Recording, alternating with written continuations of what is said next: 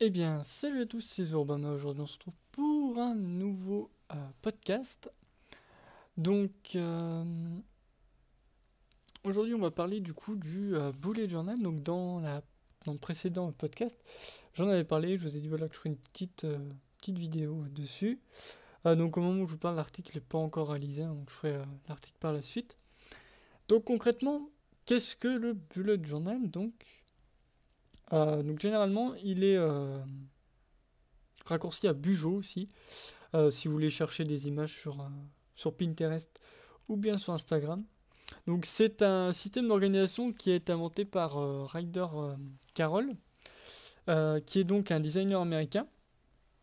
Et en fait, par cette méthode-là, vous allez pouvoir compiler donc, tout ce qui vous tient à cœur. Donc vos plannings, vos objectifs, vos plans de bête, vos notes, vos listes, vos coups de cœur, en ayant simplement un carnet et un crayon. Donc après, on parlera par la suite de ce qu'on peut y mettre. Donc déjà, c'est pratique parce que là, vous avez tout de contenir dans un carnet. Et il va être donc à votre goût et à votre imagination. Enfin, selon votre imagination et vos goûts. Puisque c'est vous qui allez le personnaliser. Donc, en fait, il vous suffit de prendre un cahier tout simplement. Donc il y a beaucoup de carnets qui sont conseillés. Après, c'est à vous de voir quel carnet prendre. Mais là-dedans, vous allez pouvoir du coup tout mettre à l'intérieur. Donc généralement, on va l'organiser de la manière dont on le souhaite. Vous pouvez très bien faire un sommaire, faire des calendriers, des pages de collection, des pages libres dans lesquelles vous allez mettre des citations pour vous motiver, ou ce genre de choses. Donc après, vu que voilà, c'est quelque chose qui était prisé en ce moment et qui est utilisé par beaucoup de personnes, puisque voilà, vous allez pouvoir mixer du coup donc votre agenda avec votre carnet de notes, votre journal intime, et tout ce genre de choses. Donc automatiquement, ça plaît beaucoup aux personnes qui aiment les travaux manuels, mais aussi aux personnes qui veulent s'organiser et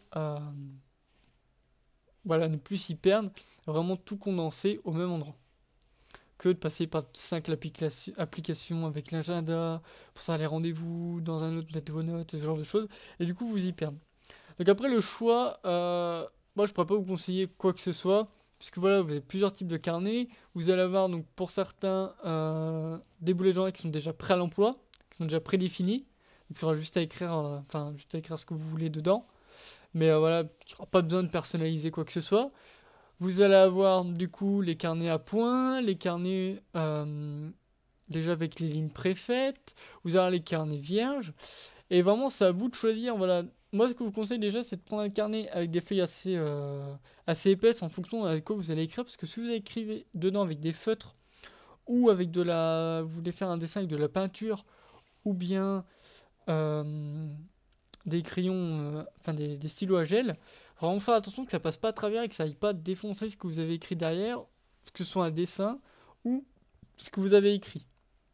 Faut vraiment faire gaffe à ça. Et du coup, bien voir au niveau du papier. Moi, je vous conseille pas de carnet prédéfini, mais vraiment faites gaffe au papier. Faut pas, faut pas prendre n'importe lequel et du coup que ça passe à travers. Moi, j'utilise un carnet avec une reliure simili-cuir que j'ai acheté à Action, qui est vraiment résistant, qui est pas mal. Du coup, et les feuilles après, le papier est assez épais, donc du coup, c'est bien, ça passe pas à travers. Sauf si vraiment j'utilise des couleurs foncées et que j'appuie vraiment trop dessus. Mais c'est vraiment pas mal. Donc après, qu'est-ce qu'on peut mettre comme catégorie de noir? Ah, vraiment beaucoup de catégories. Même des catégories auxquelles personne n'aurait pensé en fait. Tout simplement. Alors déjà, avant de revenir sur les catégories, donc il y a un livre que du coup le créateur a sorti qui s'appelle la méthode Bullet Journal. Comprendre le passé, organiser le présent et définir le futur. Donc qui est aux éditions Mazarine plutôt, que je vous laisserai aller Google si vous le désirez, pour, euh, pour voir si vous voulez l'acquérir ou non. Moi je ne l'ai pas acheté personnellement, mais voilà, je préfère d'abord qu'il y ait bien un livre dans lequel vous pourrez vous retrouver si vous avez besoin de plus d'informations ou quoi que ce soit. Donc généralement, déjà, vous allez retrouver les calendriers. Donc, il y a le type de calendrier annuel, les calendriers mensuels, où là, vous allez lister tous les jours. Les to-do list, les objectifs, que ce soit des objectifs globaux, des objectifs de vie, des objectifs de société. Enfin, vous avez votre boîte et vous voulez vous fixer des objectifs.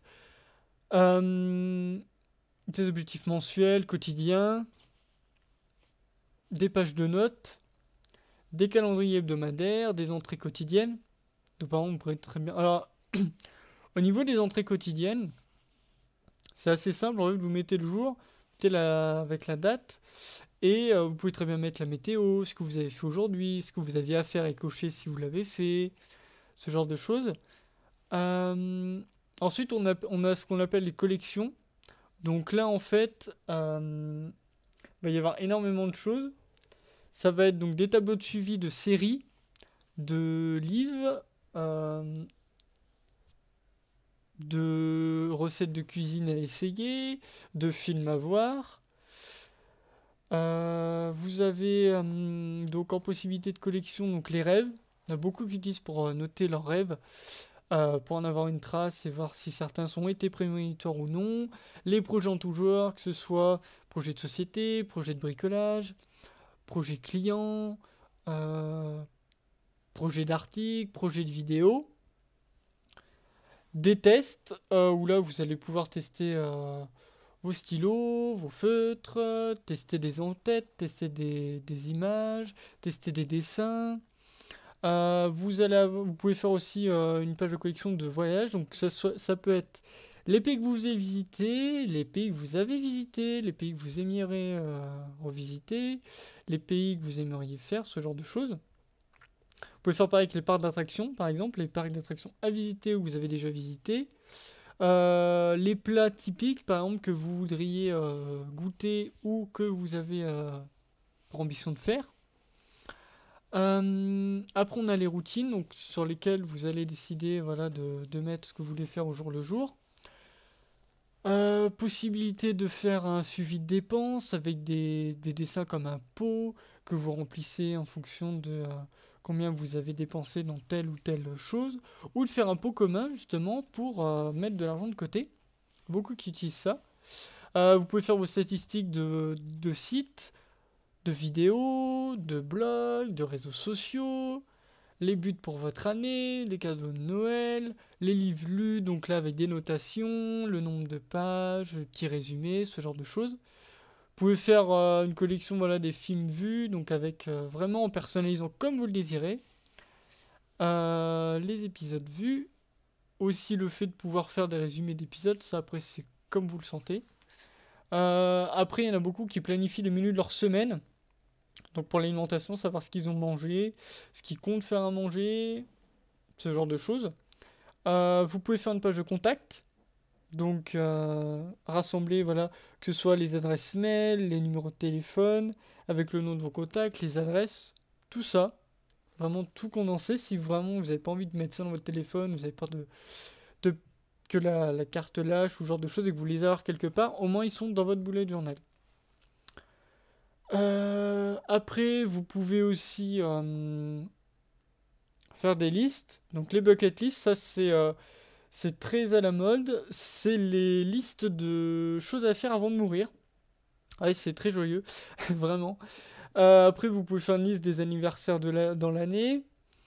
Votre PLA, votre pile à lire. La condenser là-dedans. Après, vous pouvez... alors, gratitude, ça, c'est beaucoup aussi fait. C'est les listes de choses pour lesquelles vous allez être reconnaissant, que ce soit dans votre journée, dans votre année ou dans votre semaine. Les choses à ne plus faire, donc pour casser des habitudes, des mauvaises habitudes. Les séries que vous regardez. Les lieux que vous voulez visiter, donc voilà, comme je disais, avec les parcs ou les villes ou les monuments. Vous pouvez aussi faire des trackers de suivi. Alors, par exemple, tracker de sport, savoir quel exercice vous avez fait, savoir combien de fois vous y êtes allé dans la semaine ou dans le mois, combien de temps vous avez fait par jour. Ensuite, des trackers de lecture, savoir combien de pages vous avez lu, ce que vous avez lu, combien de temps vous avez lu, concernant votre alimentation, votre épargne quotidienne, vos entretiens. que ce soit pour le jardin, la voiture, votre maison, les travaux à faire, les suivis donc de maladies chroniques et de douleurs. Beaucoup qui font ça aussi pour voir voilà, comment évolue votre maladie. Si par exemple dans la semaine vous avez eu très mal, si vous avez des migraines, si votre traitement vous a suffi, euh, ce genre de choses.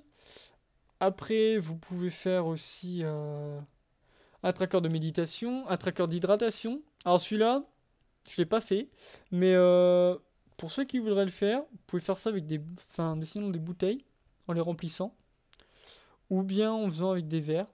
Ça peut être assez cool à faire. Euh, Après moi, au niveau du mien, donc après vous avez cité les quelques listes qu'on peut faire.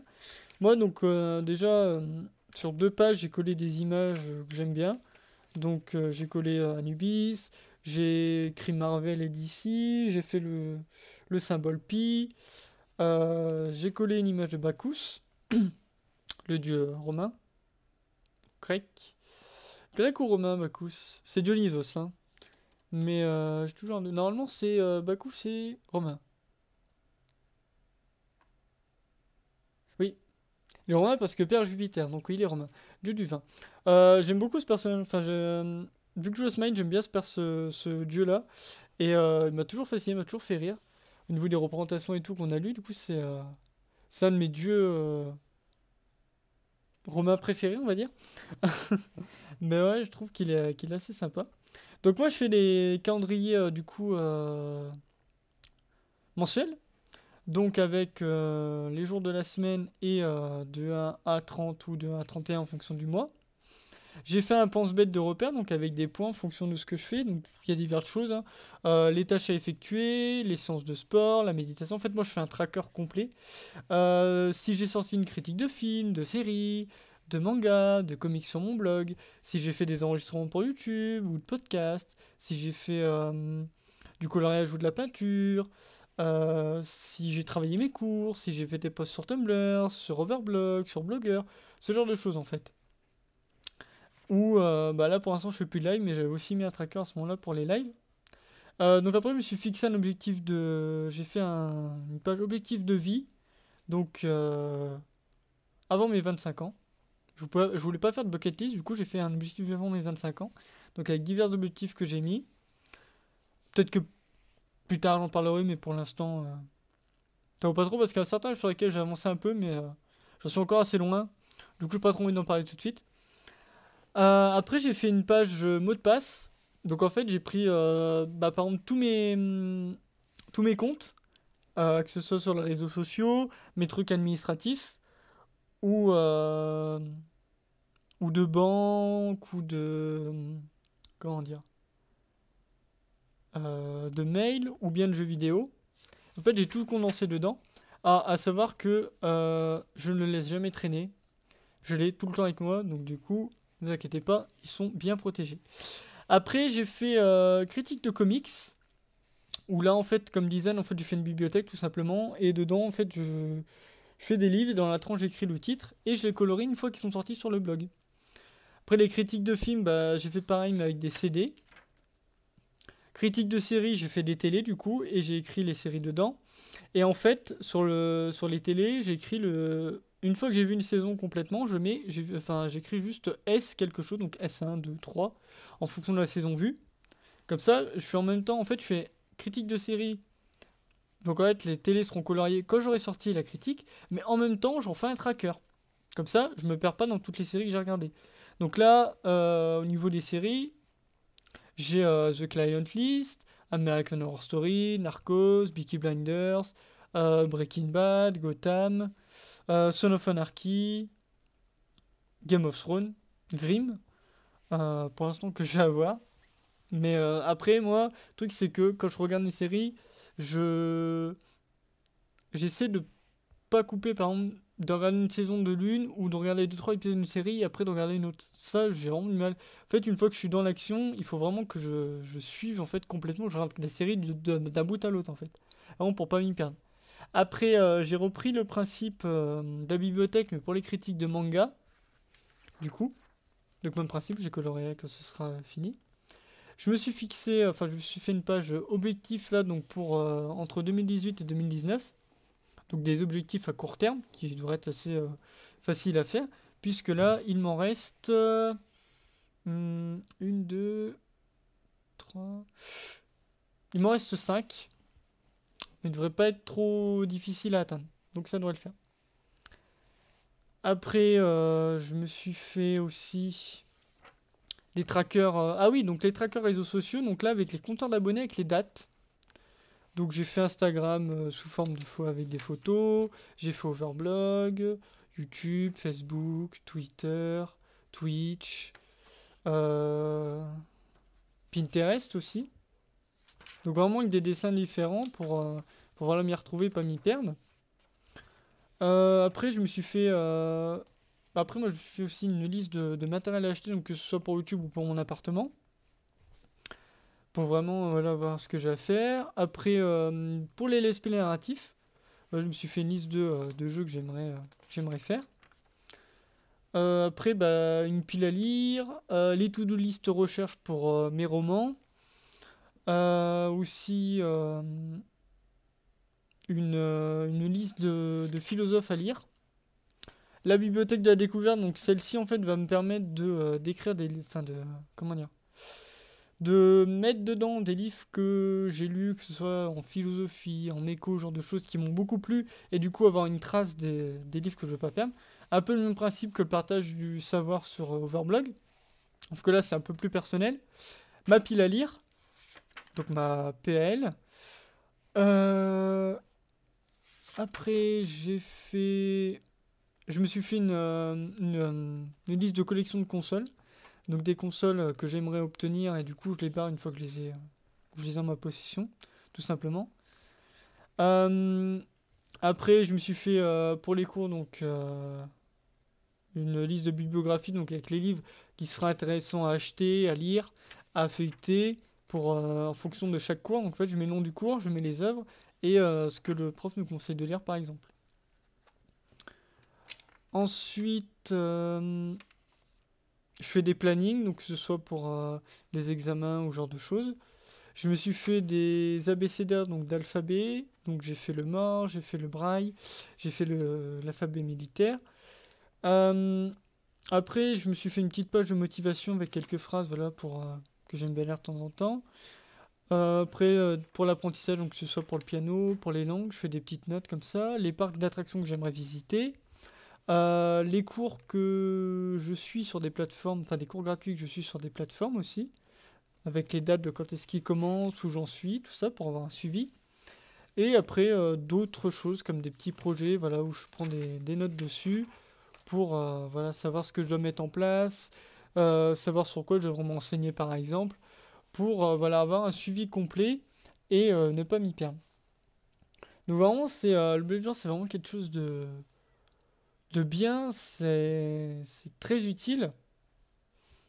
Et vraiment, si vous voulez vraiment avoir une bonne organisation et que voilà, vous aimez bien personnaliser vos carnets, avoir un petit carnet avec vous, euh, enfin, mettre des images dessus, vraiment avoir un truc à vous et voilà, dans lequel vous pouvez vous confier, dans lequel vous pouvez prendre vos notes, dans lequel vous pouvez tout planifier. Vraiment, c'est ce qu'il vous faut.